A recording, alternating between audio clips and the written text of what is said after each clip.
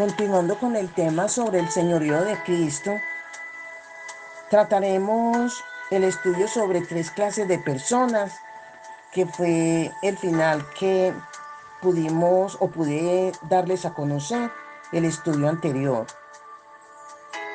diciéndoles que con base al planteamiento eh, o planteamientos anteriores que existen, existen 3 clases de personas. Vamos a hablar sobre esas 3 clases de personas. El hombre natural, que no conoce a Dios, es lo que decimos el mundano. El hombre espiritual, que tiene a Cristo en su vida, y el cristiano carnal, que conoce de Cristo, pero que lleva una vida doble y con pecado. Hablando del hombre natural, que es aquel que no ha recibido a Cristo como su Señor y Salvador, tiene las siguientes características según primera carta a los Corintios, el capítulo 2, el versículo 14, que dice: pero el hombre natural no percibe las cosas que son del Espíritu de Dios, porque para él son locura, y no las puede entender, porque se han de discernir espiritualmente. Aquí tiene las siguientes características este hombre natural. Tiene una vida controlada por el yo finito en el trono, o sea, es egocéntrico. Primero yo, segundo yo y siempre yo. Podemos decir, Cristo está fuera de su vida. Allí hay en este hombre natural intereses controlados por el yo, que concluye en discordia, frustración, felicidad momentánea, una vida en completo desorden. Esta persona no cristiana puede comprender intelectualmente la Biblia, pero no puede responder a su verdad, sino hasta cuando es convertido. Ese es el hombre natural, de ahí salimos nosotros, que ahora somos hombres espirituales, mujeres espirituales, o también hombre o mujer carnal. Pero salimos ¿de dónde? Del hombre natural. Cuando un día el Espíritu Santo tocó nuestros corazones, sensibles a su voz, abrimos la puerta de nuestro corazón, atendiendo a la palabra del mensaje de las buenas nuevas de salvación. Tenemos ahora el hombre. ¿En qué consiste el hombre espiritual o cristiano espiritual? Es aquel que está siendo controlado y capacitado por el Espíritu Santo. Siguiendo ahí en 1 Corintios capítulo 2, miremos el versículo 15, cuando dice: en cambio, el espiritual juzga todas las cosas, pero él no es juzgado de nadie.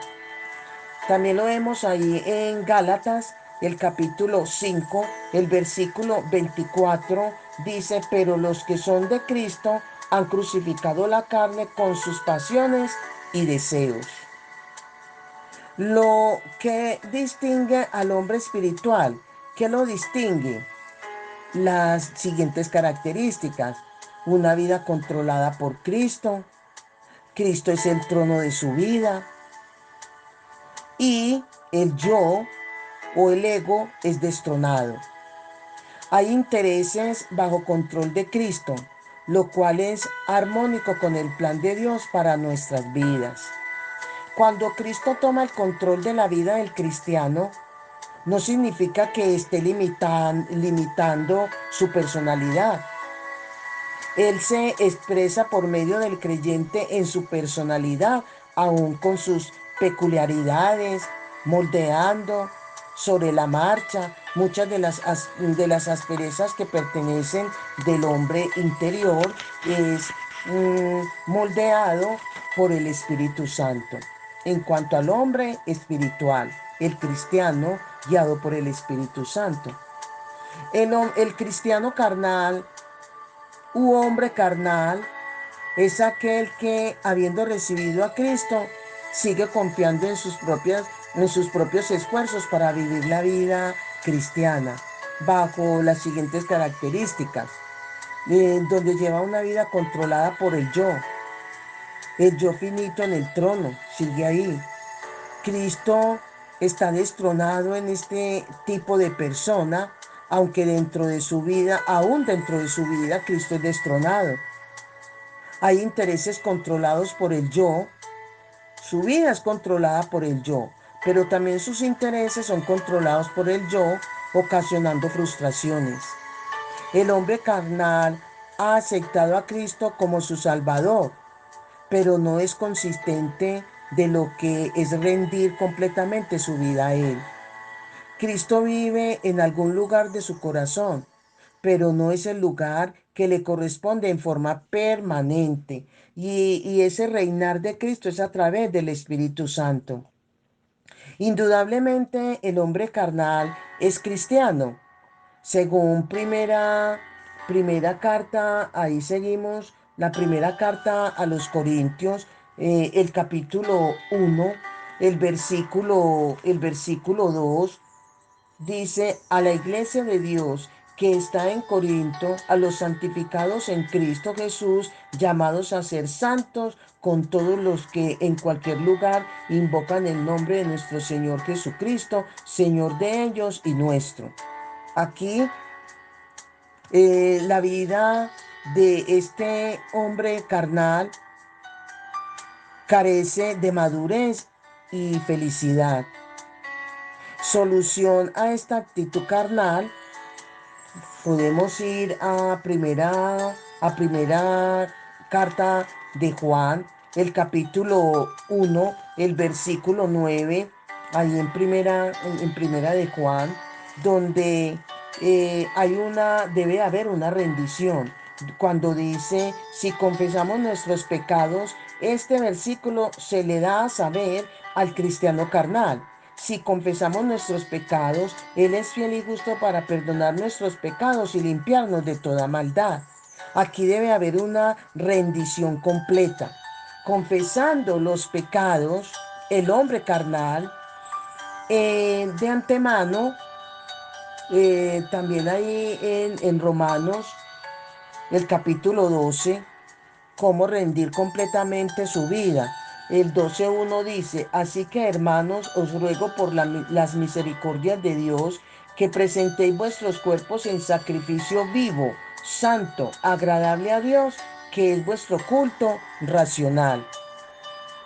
Entonces, la solución a la actitud carnal es confesar, es rendir completamente su vida a Cristo en fe.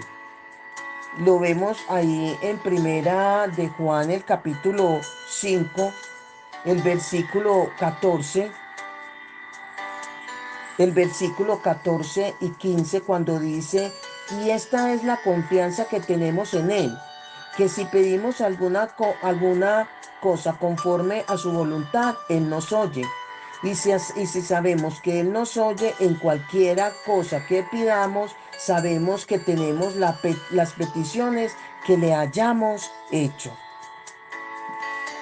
Aquí nos dan alternativas de solución para el hombre carnal, aquel que, habiendo recibido a Cristo, sigue confiando en sus propios esfuerzos para vivir la vida cristiana de una manera muy equivocada. ¿En cuál de ellas estás identificada? ¿En cuál clase de hombre o de persona? ¿En el hombre natural, en el hombre espiritual o en el cristiano carnal? Cualquiera que sea tu posición y tu ubicación, mira qué puedes evitar como pecado.